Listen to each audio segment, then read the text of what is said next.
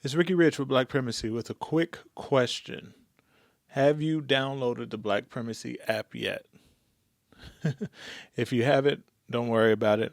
I just wanted to remind you that it is the number one way to find black owned businesses near you. Whether you're looking for food, fashion, or services, we've got you covered on this app. So download it now and start supporting black owned businesses in your area today. All right? Link in the description. I feel very welcome in Norway. The people are very welcoming. I feel like it's my home. Hey, yeah, I can ta vanlig. Yeah. I like the weather. I like the snow. I like the cold. I like the darkness. I like the northern lights.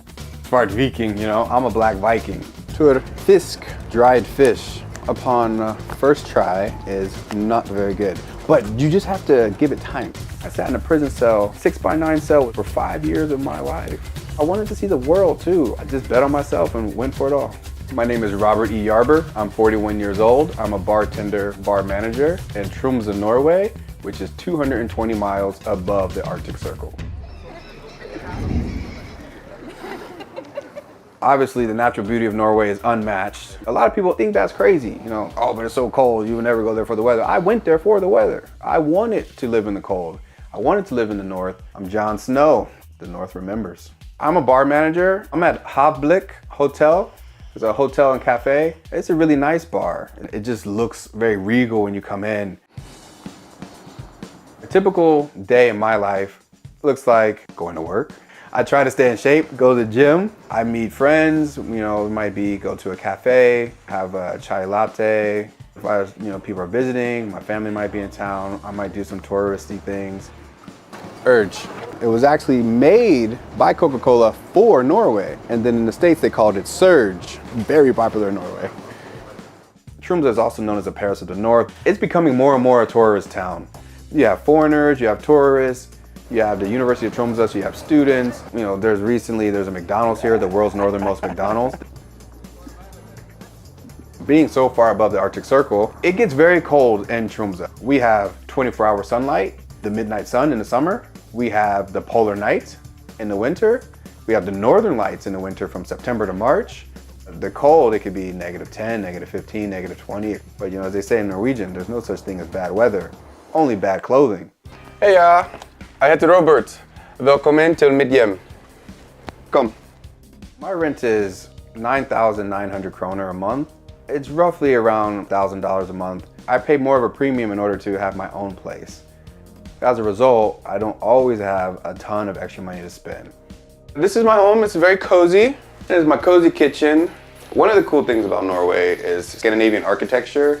It always seems to maximize your space and give you the most of what you have. So then we have my bedroom, which is not very big, but it's big enough for me. I'm actually not quite sure how they got the bed in there. It probably can never come out. So this is my bathroom. One cool thing is that I never lived in a house with heated bathroom floors until Norway. This is very standard in Norway. I make roughly 260 Norwegian kroner an hour, which is about $26 in the US.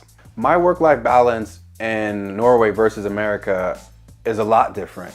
My typical work hours per week are around 35. Your work schedule legally has to be out 2 weeks in advance, and it cannot be changed for you or against you without your consent and permission. That's really freeing. It's something I'm not used to. In America, I'm used to schedule comes out Sunday for Monday. The one thing I miss about living in the US is cash money tips. I make less money overall, but I make more consistent money. In Norway, you get paid once a month. Tips aren't really a thing. You do make a living wage, no issues there. It took a lot of money management training to figure out how to get paid once a month and to be able to pay all my bills and to still have food and money coming at the end of the month. I pay, 32 to 34% taxes, as does everybody else. And depending on how much money you make, you could pay up to 50% taxes. But that tax money goes to work by paying for surgeries when you need it, paying for medication, paying for rides to the hospital and back, sick leave. It just shows that it's a country that really cares about its people and isn't trying to use everything to make money.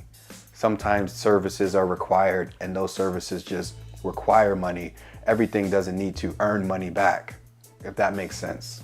I don't have any savings. I'm kind of a live by the moment guy. I should be having a savings, and maybe it's this trauma from being in prison for so long and just wanting to see the world. I've now traveled to 44 countries. I spend my money on traveling. If I got extra money, I'm traveling. I just want to see the world.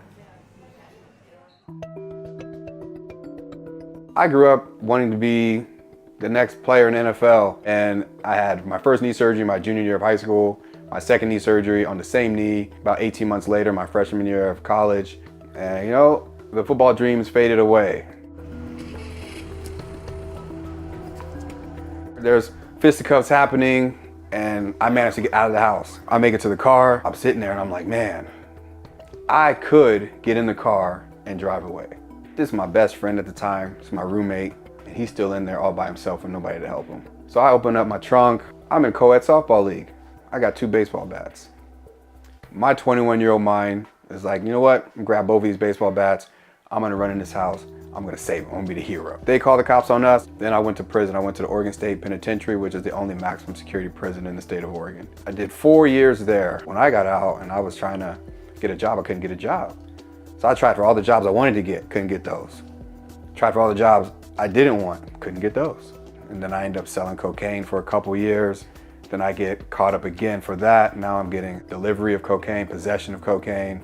And the judge, she gave me 18 months, which with good time was 14 months. I got out for the last time in March of 2014, and that's the very last time I've ever been in trouble.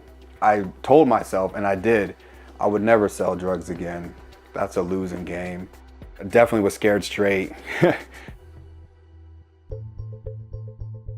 I had been in the service industry ever since I had my second knee surgery, dishwashing, hosting, serving, bartending. And so that's pretty much what I was doing. You know, I was in a relationship and I had promised her that I would take her to Norway. We broke up and I figured, you know what?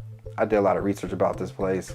I don't have no real reason to stay here. I'm gonna go. I sat in a 6x9 cell for 5 years of my life. It felt like a lot of life had passed me by.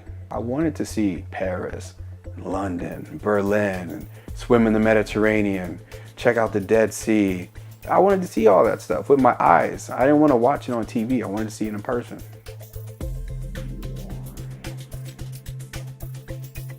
To get a skilled worker visa in Norway, you have to show that you have skills.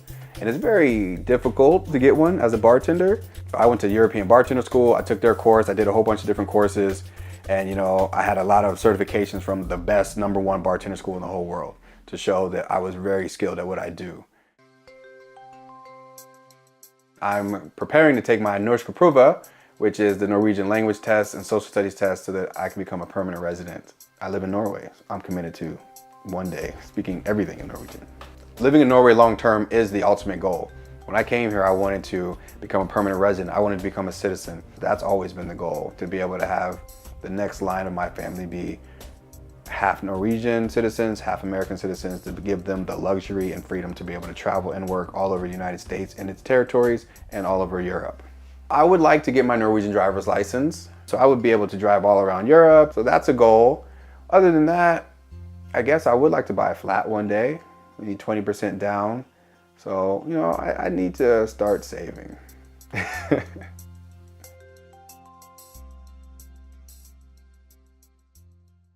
All right, I hope you enjoyed the video.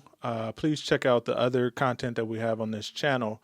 But before you go, I wanted to remind you again not to forget to check out the Black Primacy app. It is the best way to connect with Black-owned businesses near you. They need your support. We need your support. Link in the description.